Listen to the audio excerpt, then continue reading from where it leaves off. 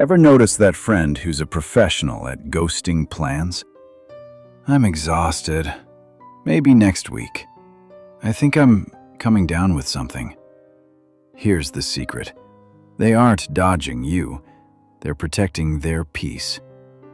If a Friday night in your favorite hoodie sounds 10 times better than a crowded club, stick around. You're about to feel seen. We're diving into the psychology of homebodies, the people society calls boring, but science? Science views them very differently.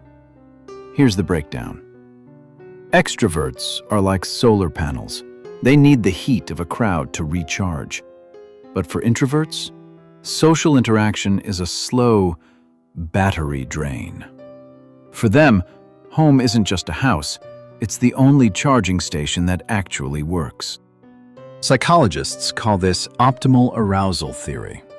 Some brains crave high-voltage stimulation, while others thrive in low-power mode. It's not about being lazy, it's literally how your nervous system is hardwired. There's also a hidden factor: control. Outside, the world is a chaotic mess of loud noises and forced small talk with people who aren't even listening. But at home, you're the CEO of the lighting, the volume, and the vibe. For those with high sensitivity, that control isn't just a preference, it's a mental health requirement.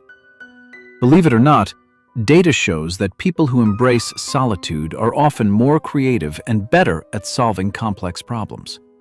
You aren't doing nothing on that couch. You're providing a quiet laboratory for your best ideas to grow. Grind culture and influencers want you to believe that living your best life requires a passport and a party. But what if your best life is just some hot soup and a 0% chance of leaving the house? That's not a sad life, it's a self-aware one. Now, there is a flip side. Sometimes we stay in because of social anxiety, or a heavy cloud of burnout telling us there's no point in trying. It's vital to ask, are you staying home because it pours into your cup, or because the world feels too heavy to face? One is a sanctuary, the other is a cage. True home lovers aren't missing out, they're just tuned into a different frequency.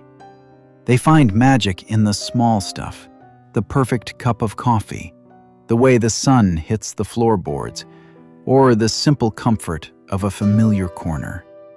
Science calls this low stimulation preference.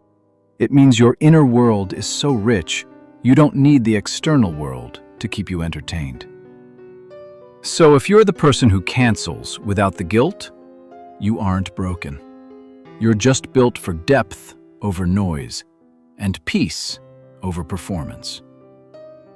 So, are you a proud homebody? Or is it all just an excuse to be antisocial? Drop a comment below.